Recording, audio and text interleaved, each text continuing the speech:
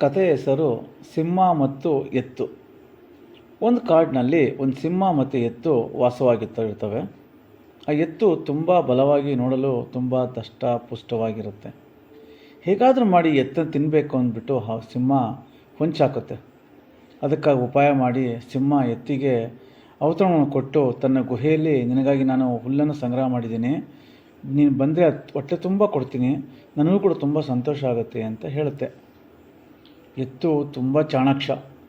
ಓ ಸಿಂಹವೇ, ನಿನ್ನ ಔದಾರ್ಯಕ್ಕೆ ನಾನು ಋಣಿ. ನೀನು ಹುಲ್ಲು ಸಂಗ್ರಹ ಮಾಡಿರೋ ಜಾಗ ತೋರಿಸು, ಬಂದು ತಿಂತೀನಿ ಅಂತ ಹೇಳುತ್ತೆ. ಸಿಂಹ ಒಂದು ತೆಗ್ಗು ಮಾಡಿಬಿಟ್ಟು ಅದ್ರ ಮೇಲೆ ಹುಲ್ಲನ್ನು ಹಾಕಿರುತ್ತೆ.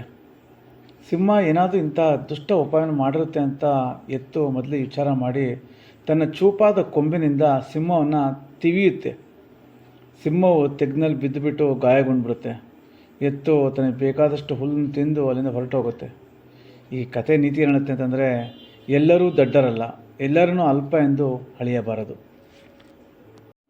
ಕತೆ ಇಷ್ಟ ಆಗಿದರೆ ಲೈಕ್, ಶೇರ್ ಆ್ಯಂಡ್ ಸಬ್ಸ್ಕ್ರೈಬ್ ಮಾಡಿ. ಹಾಗೂ ನಿಮ್ಮ ಸ್ನೇಹಿತರು ಕೂಡ ಇದನ್ನು ಫಾರ್ವರ್ಡ್ ಮಾಡಿ.